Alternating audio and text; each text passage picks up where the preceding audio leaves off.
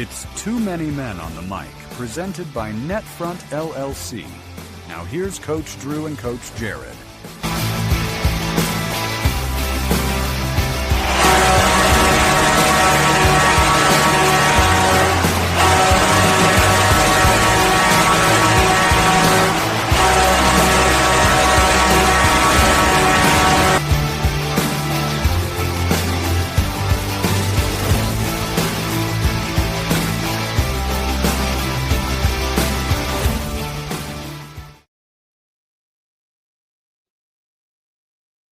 It is the second week of August.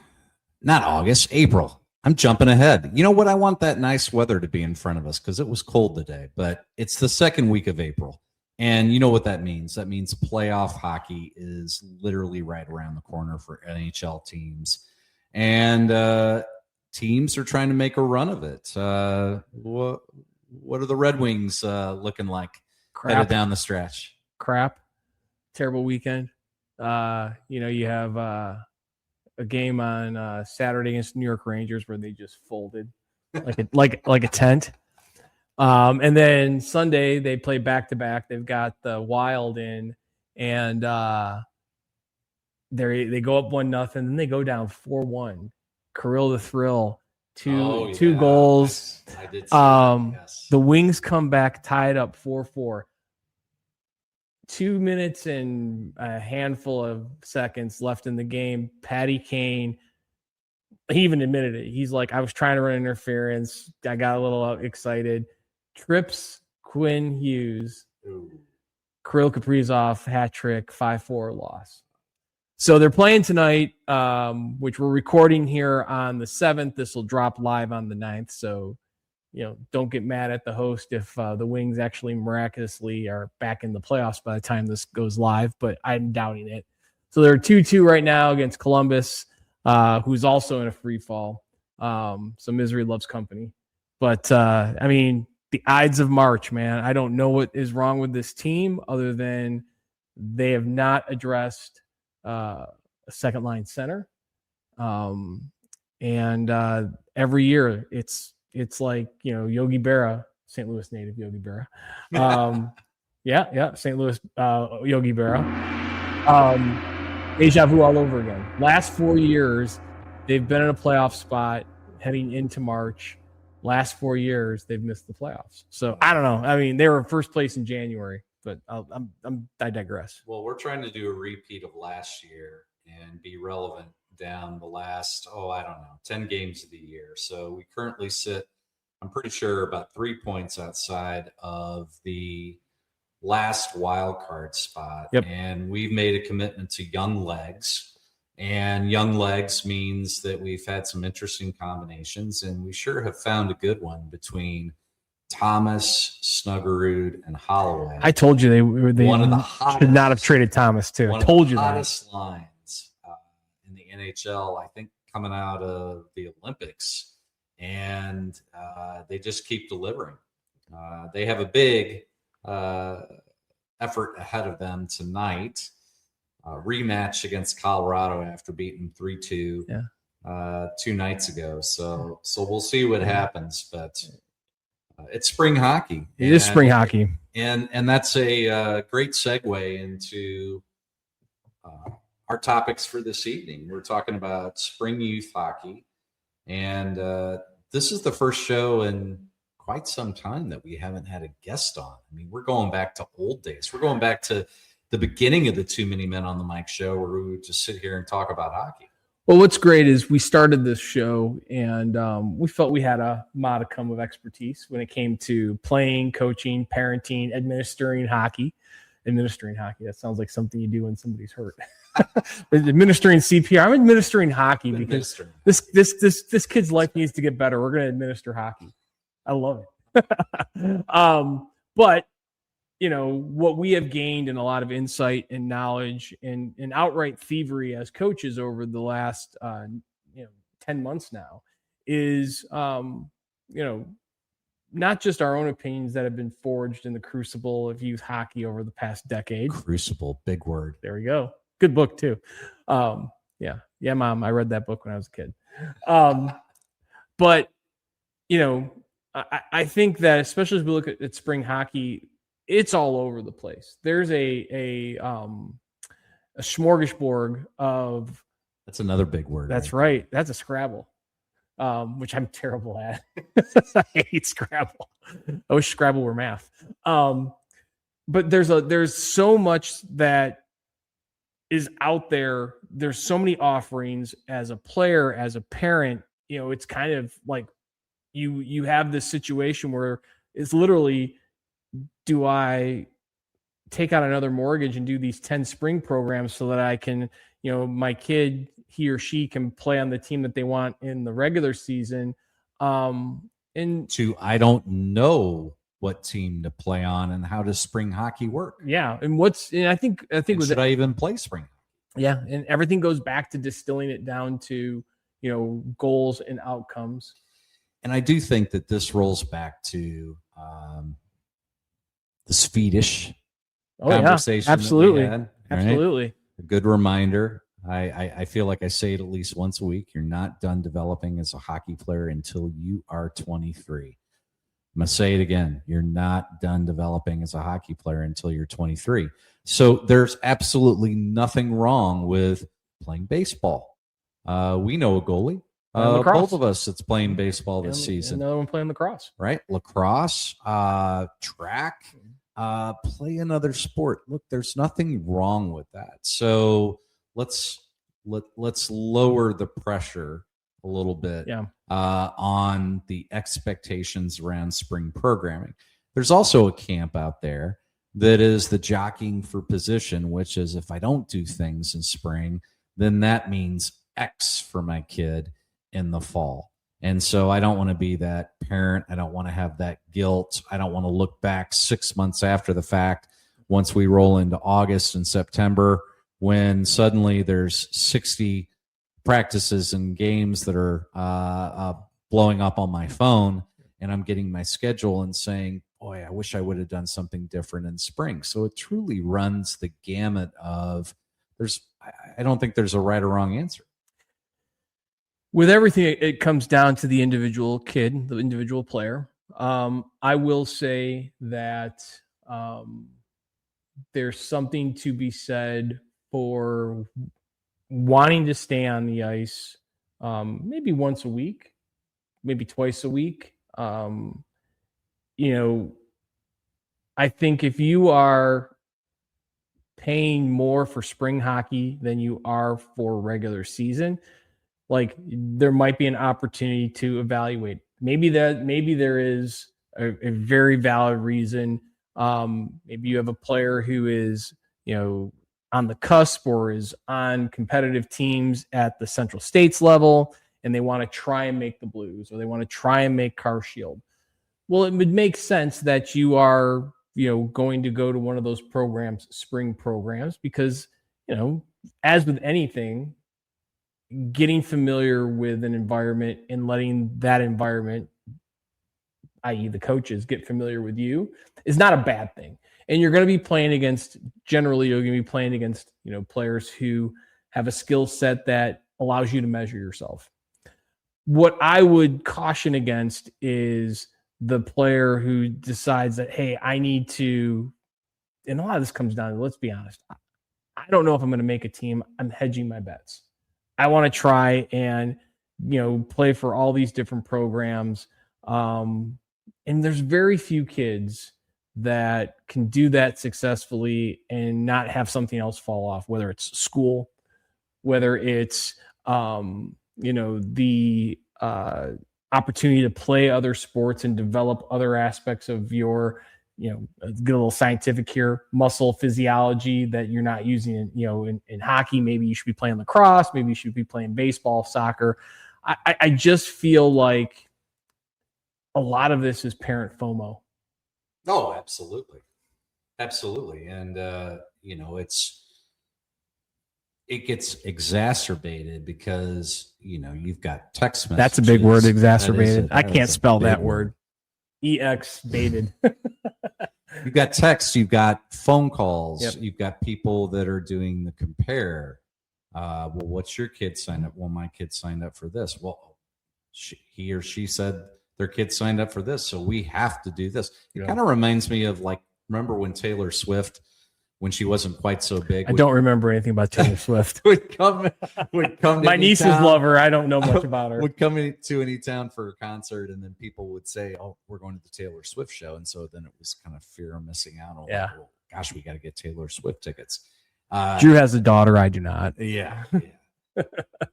But I guess it runs the gamut. There's everything from play another sport to why are you signing up your kid on multiple teams, to hedging your bets, to getting to know coaches, because maybe you're at the end of a journey with a coach that you've been with for a period of time, and so suddenly you have a new person, and those are good reasons to think about, well, we want to give our kid and give us the opportunity to experience what it's like to play with a coach and see how our kid likes it. There's nothing wrong with any of that if the kid is, as we like to say on this show, driving the bus. Hey, mom, hey, dad, I want to go play for X team. Right. Maybe they have some friends who've gotten together and they said, hey, we want to go play with these guys in the spring, or I want to check this out.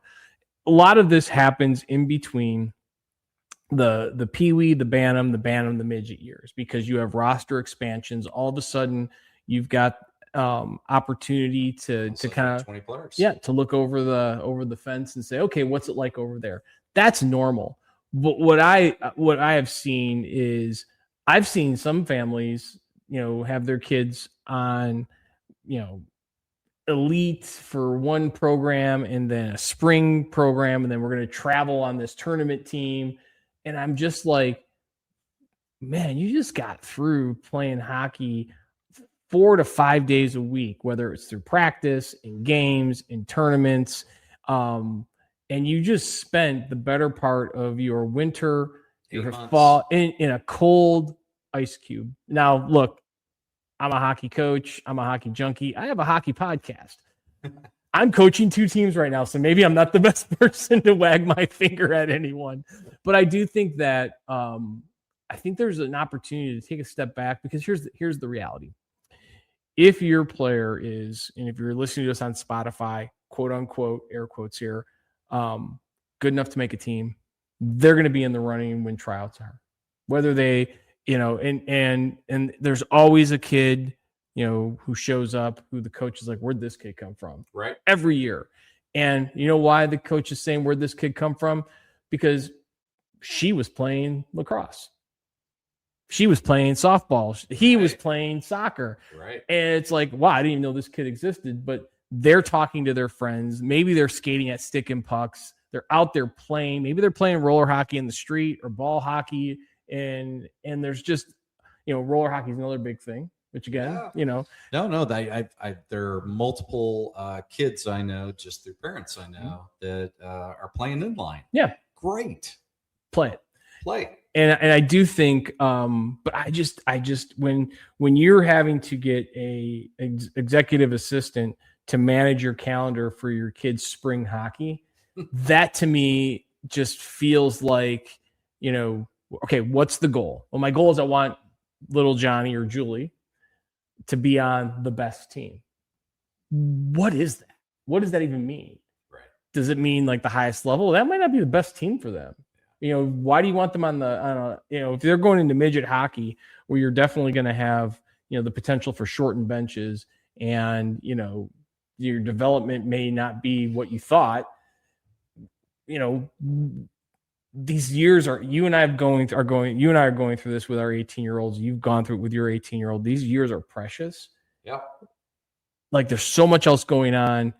I just feel like there's an opportunity to take a step back, evaluate what your goals are for hockey, and just be like, hey, I do want to keep skating in the spring, but maybe not every night. And I think there's noise in the environment too. I'll give you an example. USA Hockey, we love them. Love Bob Mancini and his team, and love all the contributions. But the reality is, if you are a a AAA team, Yeah. the minute after nationals are done, which just happened recently, then now they're going to reach out to kids. Yeah. So I guess I'm only bringing that up to say we have an entity that's a core part of our environment that is sending a signal out to all of the parents that, boy, we're going to do it right after nationals. So we're going to be talking to people in April. And so I just wonder if that creates a degree of anxiety for some parents that are out there that are saying, well, USA Hockey's doing it, and kids that are in AAA are being reached out into April. And so I've got to get as far ahead as I can and put my kid on a path. So I better put him on a path in April. Otherwise, that might mean that I might miss out. My Johnny or Julie might miss out. So I think two things are true and not mutually exclusive. It is inherent for USA Hockey or Hockey Canada or Swedish Federation or the Swedish. It is inherent for these programs to identify their top level talent and highest competitors.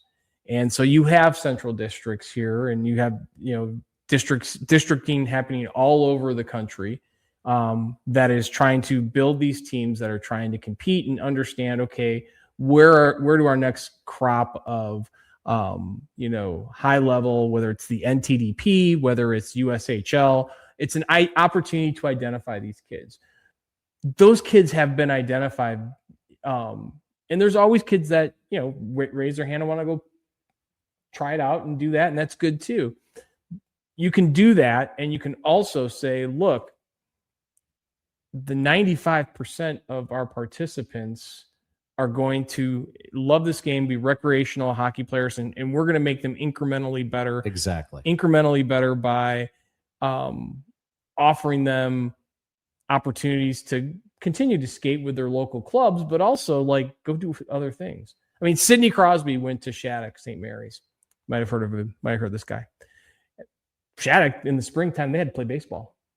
Shattuck was like, yeah, you're here. Obviously, you're here to play hockey, but in the springtime, you're a student, you're going to play baseball. Right. So they played baseball. He and Eric Johnson are on that team. Eric Johnson, former first-round draft pick for the St. Louis Blues. Stanley Cup winner for the Colorado Avalanche. He actually was on the broadcast the other night. I just have to say, did a outstanding job being the guy between the glass the other night in the Colorado St. Louis game. Is it Eric Johnson, or is it? There's two Johnsons. One of them was Sid Abel's grandson. Little throwback to So I'm trying to remember who it was. Deep. Yeah, dig deep. But anyways, I digress. There's absolutely nothing wrong with trying to, as a player and as a parent, helping to ask your player, hey, do you want to try out for this team? Do you want to see how you compete and how you compare to these players who have been identified at a top level? And at the same time, be able to step back. Wayne Gretzky used to put the skates away and go play baseball all summer long. You might have heard of his work. He's right here if you're watching us on TV. I think that's a great lesson. Yeah. So, that's a way to kind of bring the pressure down. And but then I can hear people out there saying, "Oh, well, that was in the 70s." Sure, right? Sure. Well, I'll give you a better. So, travel a lot to Chicago over the years. There's this rink. There's this rink in kind of downtown Chicago called Johnny's Icebox. Don't park your car outside. Do not park your. Then try to fill up. Get your gas before you go.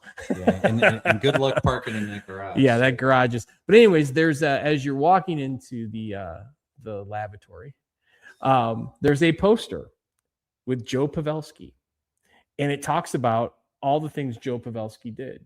Joe Pavelski was a golfer. He played football. He played basketball. He played baseball, and he played hockey. Joe Pavelski is one of the greatest American hockey players of all time.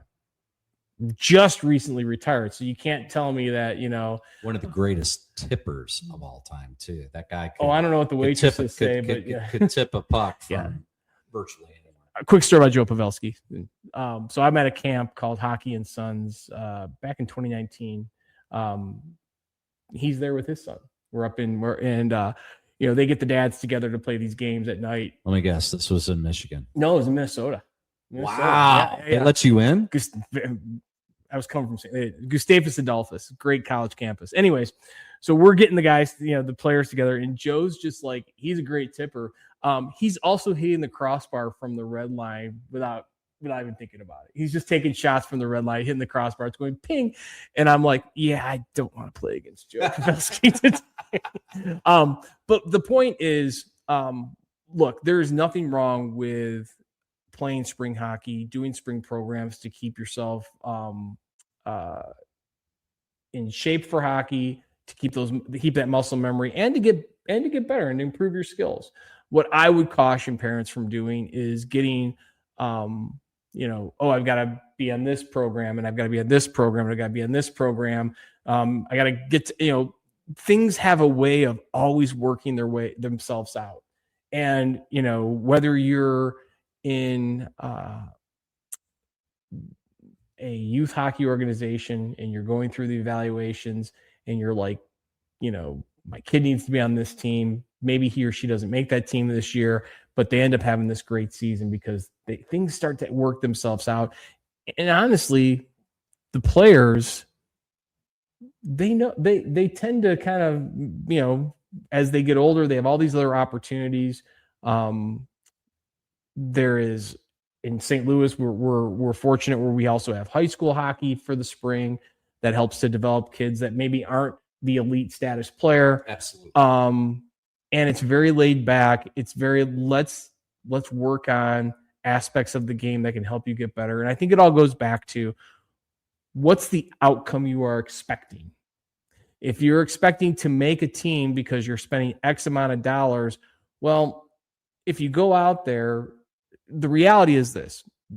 Most coaches who are coaching teams, they're not going to cut too many players that they had on the team last year for a variety of reasons.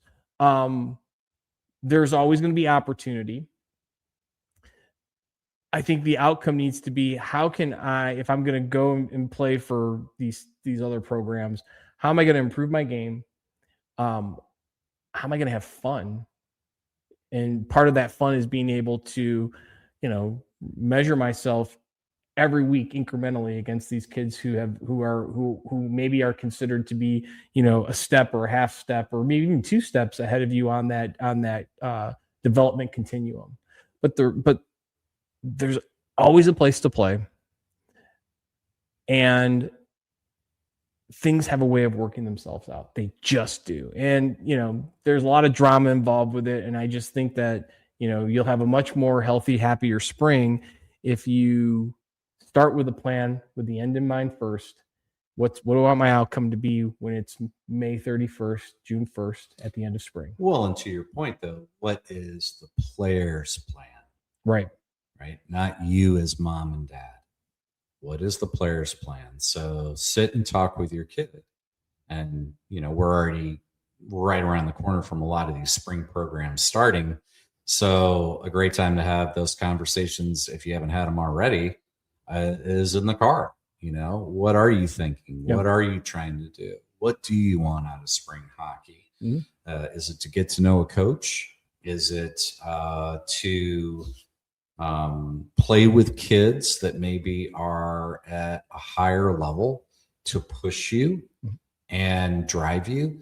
Is it simply to have fun? Is it to develop skill and put yourself in a forum with coaches that can help you develop some incremental skills? So these are all questions, but it is about the player driving the bus. And certainly at the Bantam and midget levels for younger kids, then that's, a little bit last more. Minute of play in this period. I'll end with this anecdote. This not an anecdotal story. This actual story. The names will be anonymized, right, to protect the non-innocent. As these players get to 16U and then 18U, it does become the stakes are raised. And what I mean by that is both here in St. Louis, the Central States level and the AAA level, many of these kids are going on to play junior hockey or ACHA hockey. And so they have whether they were identified when they were, 14, 15 years old, or whether they've just said, hey, I want to do this because they find each other and they're out there training together for the most part. And that's just natural. We have a player in high school who's got two really good friends that were on one of those high level teams. This player did not have any designs to make one of those high level teams, but he wanted to be the best he could possibly be for his senior year in high school. So he went out there and he skated twice a week with those players to challenge himself and get better. And he did. And so to me, that is you have to understand your player and what your player's desires are and where he or she wants to go over the next season and then beyond. If it's a matter of, I want to challenge myself to get better at these three things. And if I'm out here, skating by myself, or if I'm out here, kind of without as much structure, then I'm not going to get better. So I'm going to challenge myself to go to one of these programs with no intent of trying out for a team, but to make myself better for my season, whether it's for high school or club in the fall. That's wonderful. And that's a great reason. If you're 13, 14 years old and you're trying to market yourself more than you are trying to improve yourself, then I think you just have to make sure that that you're not setting a situation up where that you're hating hockey when you're 16, 17, 18 years old. And I'll leave it at that. Well said. Well, that segment of Too Many Men on the Mic was brought to you by 5B Designs. St. Louis hockey families and business leaders, if you need custom gear that stands out and stands for something, it's time to meet 5B Designs. Founded by Shannon Brahini, a proud St. Louis mom and entrepreneur, 5B Designs is a woman-owned small business that brings purpose to custom apparel. Whether you're suiting up your youth or high school hockey team or leveling up your company's branded swag, 5B delivers top-notch quality with a personal touch. If you need a team store, no problem. Corporate polos or event giveaways, they've got you covered. 5B makes it easy with fast turnaround, flexible service, and designs your players or employees will love to wear. Check them out at stores.inksoft.com/5B Designs. That's the word 5. And if you're watching us on YouTube, please go ahead and scan the QR code on your screen in the top right corner and see what great gear and great service looks like. Real quick, folks, before we jump back into the show, if you're enjoying Too Many Men on the Mic, hit like and subscribe on your YouTube channel. It's a quick click for you, but it helps us grow the show and keep bringing you great hockey conversations. You can also follow us on Instagram by scanning the QR code on the top right corner of your screen, and be sure to download, follow, and rate the podcast on Spotify, Apple, or wherever you get your podcast. You can find all of our links if you go directly to our website, www.tooManyMenOnTheMic.com. That's the number 2. Those small things from you help us keep delivering new guests, downloadable coaching content, and more from the rink. All right, back to the show. We're back talking spring hockey because it's April. It's April. Right? What else would we be talking about? Now that I've alienated, half of our audience. By the way, come to the Ladue spring hockey. And Eagles spring hockey. Well, because we're in spring hockey, we can't not talk about MidStates. So yeah, we're on the back what a great year. A great journey of high school hockey. And I know we've got listeners from other states that are out there, but here in St. Louis, we have MidStates, which is our governing body around high school hockey. Mm-hmm. And for the first time this year, and we were an intimate part of it, we got to do the MidStates Game of the Week. I kind of think of it and still think of it this way is I love football. And, football, there's always a game of the week. There's always kind of a showcase game. And way back in the day, it used to be Monday night. And then it became Sunday night. And then it became the Fox show that Troy Aikman was on. And so MidStates, to their credit, was like, you know what, we want to showcase these kids. And I feel like we had great representation amongst the 3 different conferences that were out there. We had a pro crew that was announcing the games. that was entertaining and engaging and fun. And we got to interview the coaches and the players and give them some love and some roundtables as we got closer to the playoffs. So I think there was a lot of good momentum. We got some good numbers. So great numbers.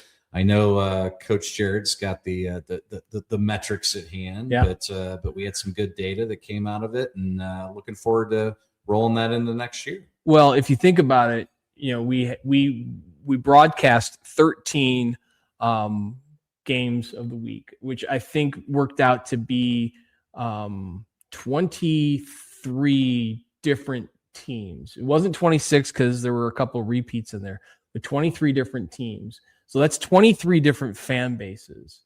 So in the regular season, we had over 12,500 people here in St. Louis, different sets of eyes on those games. So, it's super, super exciting. I think it was closer to 13,000 different unique views of those 13 games. And if you think about it, again, you've got, you're probably not going to be watching Ladue Clayton if your child goes to Marquette. Just not going to happen because you're probably going to be at the Marquette game because that's where they're playing. But then we get into the playoffs. And then we get into the final rounds for the Founders, the WIC. We were averaging in each one of those games until the semifinals and finals, we were averaging 700 views of those games. So that's beyond just, the fans watching. That's people watching to see, hey, we can't be at this game, but if these guys win, we're going to play them. And so you start playing that game. And, I'm so excited to be able to hopefully partner again with MidStates next year and this next season. You get into the semifinals and you get into the finals, we're talking viewership in the thousands. I think we had close to 2,000 people watch the Founders Cup final between Seckman and I'm drawing a blank here. It was between Seckman and Holt. And then we had over 4,000 people who watched the Wickenheiser Cup final between Priory and Summit. Some of the viewership fell off because that was a bit of a Priory put a bit of a wagon train on Summit from the second period on. But then we get to the Challenge Cup final, overtime game. Oh yeah, Chaminade de Smet, 11,000 views. Yeah. So between the regular season, between the playoffs, we're talking almost 30,000 views of high school hockey in St. Louis. And the coolest part about it, if you ask me, is the personalities we got to know. Oh, absolutely. The kids were great. The kids were phenomenal. And we are going to have some of those kids who are graduating seniors on this show to talk about their journey, because I think that is something that is a great opportunity to highlight them, but it's also an opportunity to go to that 8-year-old, 10-year-old, 12-year-old hockey player and show them, hey, this is why this sport's so much fun. Well, yeah, and I think about the younger brother or sister or cousin or nephew or niece, and I just wonder with those kinds of views if there were some kids right now that are sitting out here this time in spring and thinking about, you know what, I'd like to be a hockey player. Yeah. And I'd be interested in trying that out. So hopefully we've grown some love of the game. That's a great reason to do spring hockey, by the way. I want to try hockey to start. Yeah. That's a great, in fact, if you look at the vast majority of potential and actual hockey players, youth hockey players, that's the best reason, I think, to play spring hockey. Yep. I want to try hockey. I've never played hockey before. I want to play. Perfect timing. Perfect timing. We look at MidStates here, and obviously you and I have developed a unique relationship with MidStates through the show and the partnership, also because we are high school coaches. Yep. There is, I think MidStates, and again, we may alienate some folks here. That's okay. It's okay. All voices are welcome. It just so happens that my voice is here. I think MidStates over the next couple of years has a huge opportunity to elevate the league and create a destination for all players, not just your high level players, but also those players who are excellent athletes at other sports. And I think that, it kind of coincides with what's going to be happening with the National Development League. Yeah, because if you're a National Development League player, you're not going to be able to play. Yep. And so again, for all those folks who are national and in our international audience, they've probably just shut off the Spotify or the YouTube. Thanks. Hopefully we got, thanks for listening to the first period of our show. Right. But here in St. Louis, traditionally, and again, this is all in this flux. Will be happening in other markets too around the US. Absolutely. It's going to happen in all 32 cities where there's an NHL team. There's going to be what they have in this national development team, which is at, I believe, the 18U and 17 and 15. So they're going to have these birth year ages. 17U traditionally has been a combined birth year with 18U. That's not going to be the case. 15U for Central States and for Tier 2 and Tier 1 has been separated. But those kids now are not going to be playing mid-states hockey, which is kind of heartbreaking in a lot of ways. But at the same time, I would argue that some of those kids are going to elect to play mid-states or to play high school over, because they're going to see, hey, what's my end game here? Again, talking about outcomes and talking about having a plan. Yeah, and I've heard it. I've heard it from kids directly. You've got kids that have been playing hockey for a long time, multiple years, let's say. And if you sit down with them and you talk to them when they're 15, 14 years old, and you say, how do you like playing high school hockey? They really like playing high school hockey. They really like playing with their friends. Yep. And so, for the AAA coaches out there, I know, go ahead and shoot me. You don't like high school hockey. You've got to do your 10 to 11 games, and that's all you're going to get playing on your high school team, because the rest of the time you're on AAA hockey. But let's not forget that these kids, this game's about fun, and these kids have fun when they're playing with their friends, and their friends are the kids that they go to school with. And so it's that balance. But to your point, now you've got, some kids that aren't going to be able to play high school. So what's the positive? The glass half full. Now you have opportunity. You have opportunity for potentially one or two, maybe a couple more players to be able to step up, have a bigger hand in the game, have a bigger role on a team that maybe they didn't have last year, because suddenly there's a opportunity that's available to them. So we just got back from nationals for Brendan's team. Thank you.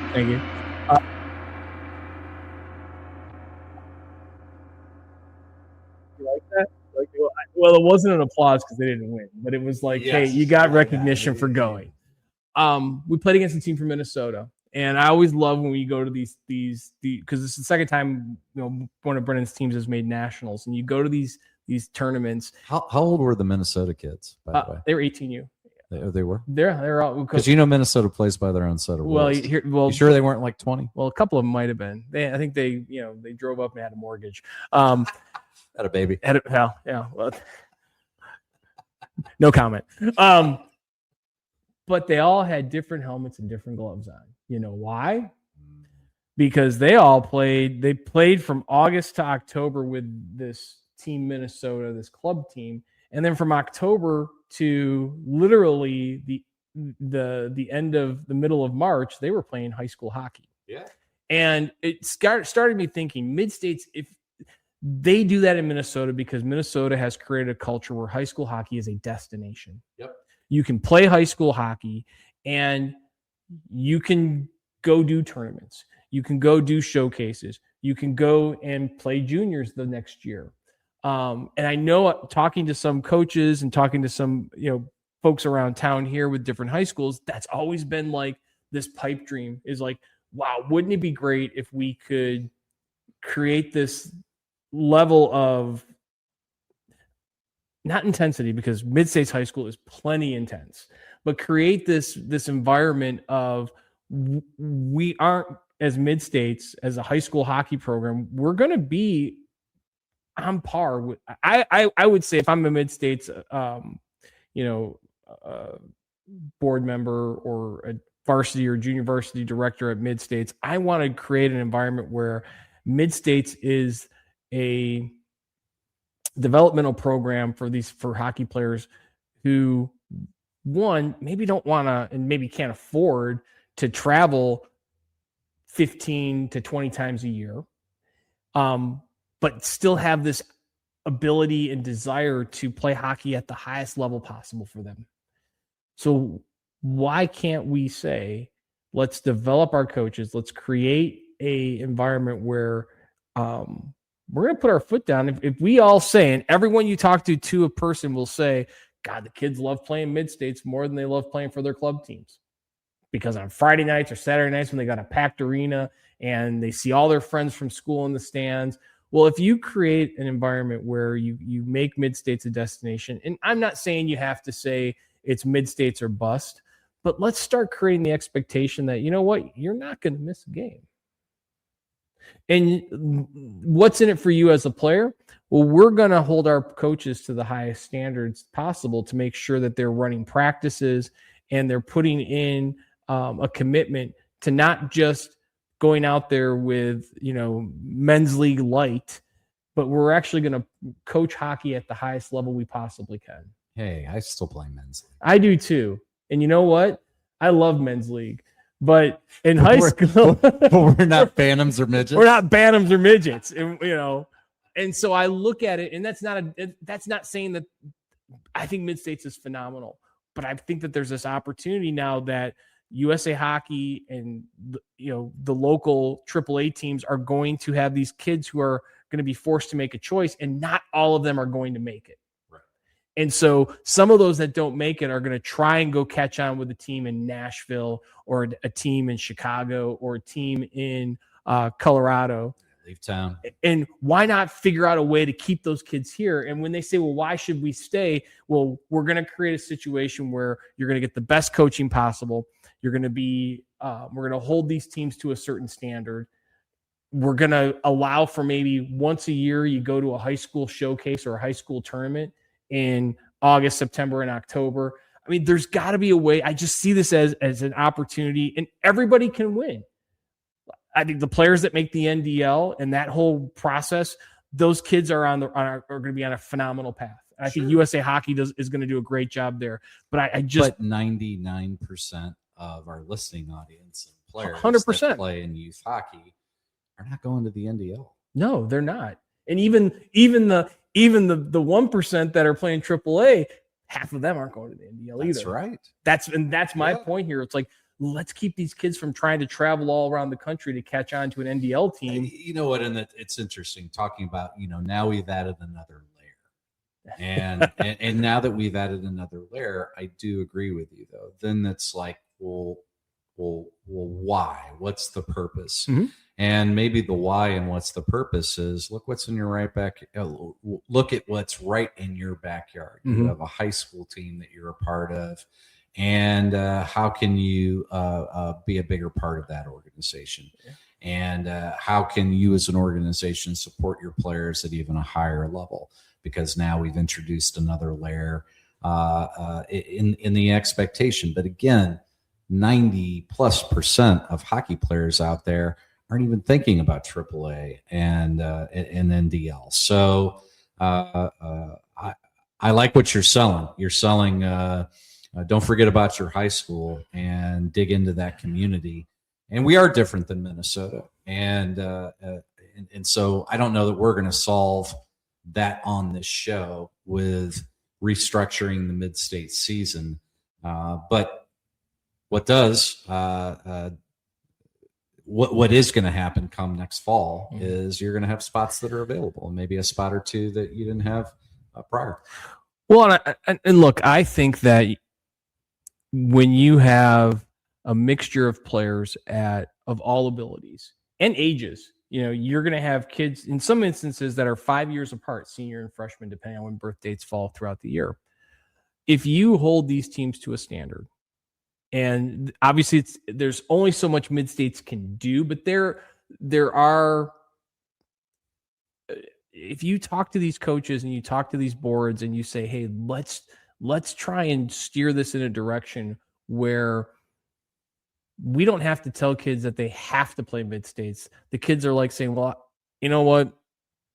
I want to play high school. And not when they're 18 years old and kind of at the end of their club journey. How about when they're 13, 14 years old? Right. And I think one of the things that, as we've talked to different, and again, if we're looking back over the season, as we've talked to these different organizations in some of the non-traditional markets, the high school leagues, I think of Idaho, for instance, Eastern Idaho, the high school leagues are part of the club, and they're working together with the clubs to talk about, hey, here are your paths. And, I know we've tried to do that. Mike Richards, shout out to Mike Richards, director of hockey at the St. Louis Rockets. He brought guys like John Mattingly, Rich Meek, myself in to talk to rising Bantams and talk about high school hockey. I don't know if that goes on at Kirkwood or at St. Peter's or at Chesterfield, but I think it should. And I think we have to talk about, like, MidStates should be empowering our clubs and giving them the resources and giving them data to say, this is why you need to talk to these kids. This is why these kids need to play high school hockey. And then what's eventually going to happen is the more talent that elects to play high school hockey, you're going to find kids that are still going to be able to go play hockey after high school. Sure. And I'll tell you what, junior teams, whether they're NAL teams, NCDC teams, NA3 teams, they're going to find those players, whether they're playing for a Central States team or a AAA team or the NDL. And again, I've got a kid that plays on those teams. You've got kids that play on those teams. I think that it's a great path. I just feel like there's this huge opportunity now because a segment of kids are being told they can't play high school. A segment of kids are not going to make this National Development League team. And some of them are going to elect to say, well, do I need to go to other cities? It's like, no, stay here. Play high school. So do we need to forward this episode to the MidStates board? Well, there is an election coming up on MidStates, which I'm not getting involved with. Not because I would not love to. It's just I don't have the time. I'm going to stay closer to the ice. Absolutely. But I just believe that, like, and part of this too is, let's talk about how you raise the level of play at MidStates. Obviously educating and helping and keeping your coaches not in these silos in their schools, but getting them together and saying, how can we, work together? Maybe you have mixed practices with other teams. They do this in football. The NFL will have these training camp practices where they've got 2 or 3 different NFL teams together and they're practicing together. Obviously it's great to be playing against a team with a different color jersey on, but you also have coaches who are talking and figuring out different things. Why not do something like that at the MidStates level in September and October, beyond just a scrimmage? Yeah. Talking to our officials. We've done a lot this year of focusing on officials. I think it's such an important aspect of our game. We have phenomenal officials, and the pipeline is very strong with young officials coming up. And I think there's an opportunity to have these officials officiate these games more consistently so that coaches at the AAA level aren't afraid of their players getting hurt. So there's so many things that, a lot of it just comes down to, we got to get out of our little tribes and our little silos and talk to each other and create an opportunity. And again, that's probably going to be a viral clip. So, but I'm passionate about it because I love high school hockey and I love the opportunity to get kids who maybe never have a chance to play with some of these kids who are a little bit further on their journey, playing with those kids, getting an opportunity to get better. Yeah. Well said. Well, Last minute of play in this period. Well, we'll be right back after a quick break as we pay a few bills. Don't go away as we wrap up this segment in this episode of Too Many Men on the Mic. This episode of Too Many Men on the Mic is brought to you by Big Bear Tournaments. Just because the winter weather is coming to an end doesn't mean the hockey stops. So sign up for your team with Big Bear Tournaments for one or more of their spring 2026 events.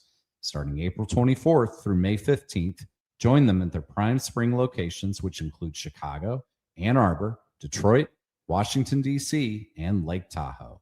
Exact dates and full details can be found at bigbeartournaments.com. As always, tell them Too Many Men on the Mic sent you and receive exclusive savings. That's bigbeartournaments.com. And if you're watching us on YouTube, don't forget to click the QR code in the top right-hand corner to take you to a listing of all their current tournaments for Big Bear Tournaments.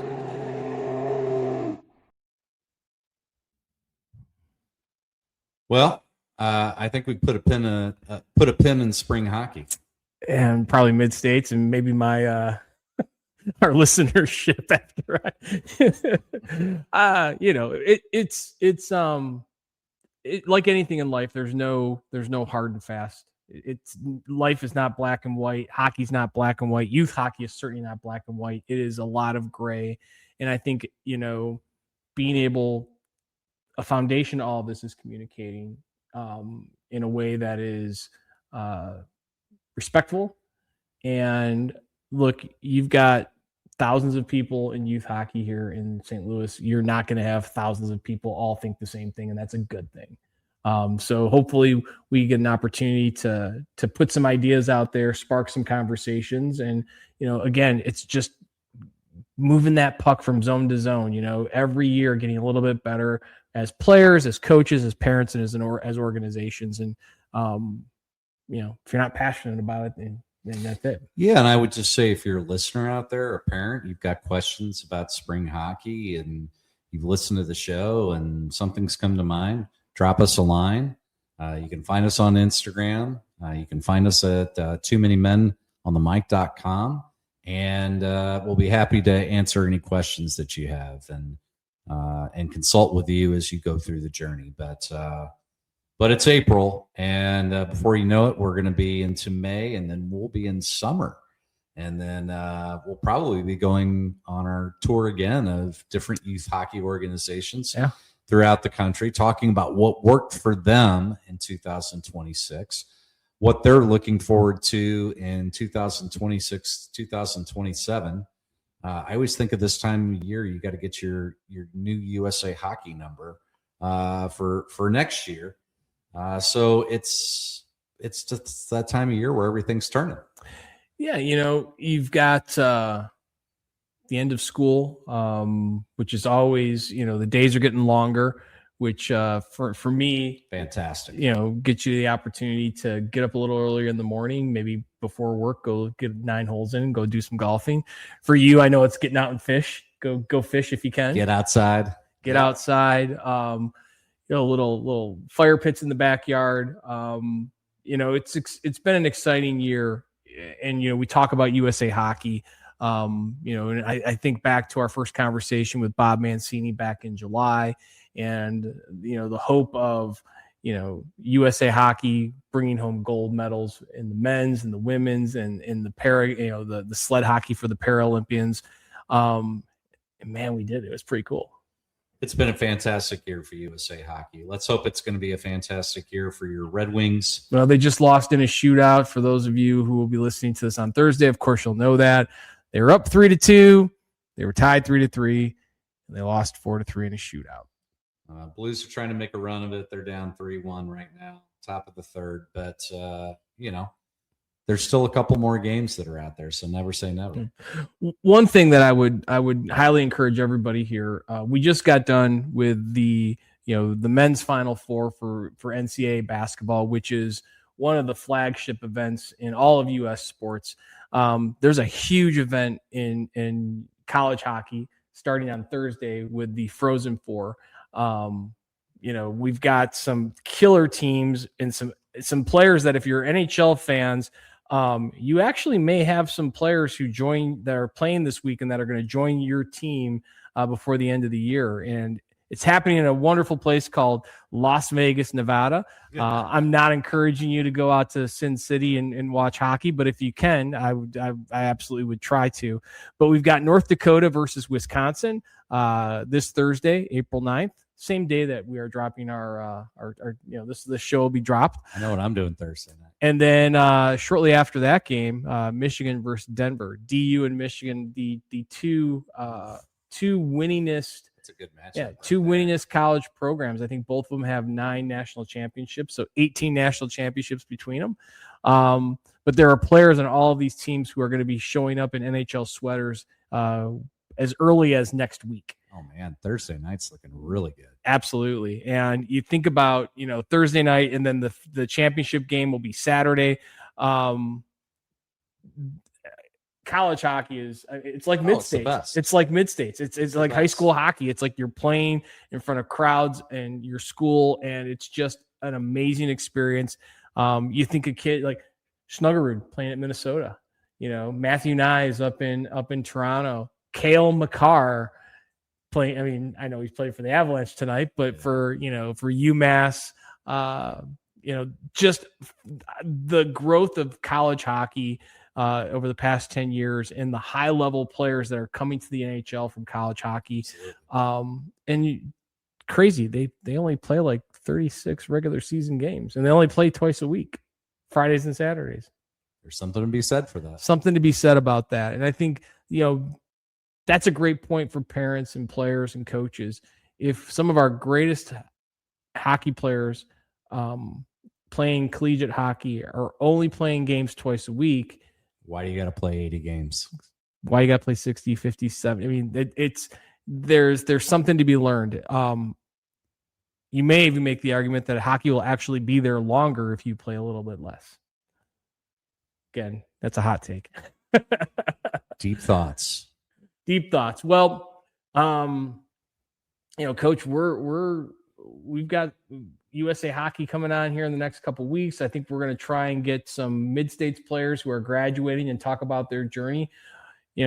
What else is going on in the Acre world here? You know what? Just down the stretch, it's going to be watching a lot of NHL hockey and just enjoying the spring. Hockey is a real long season coming out of fall and winter. So just trying to enjoy foot off the gas a little bit.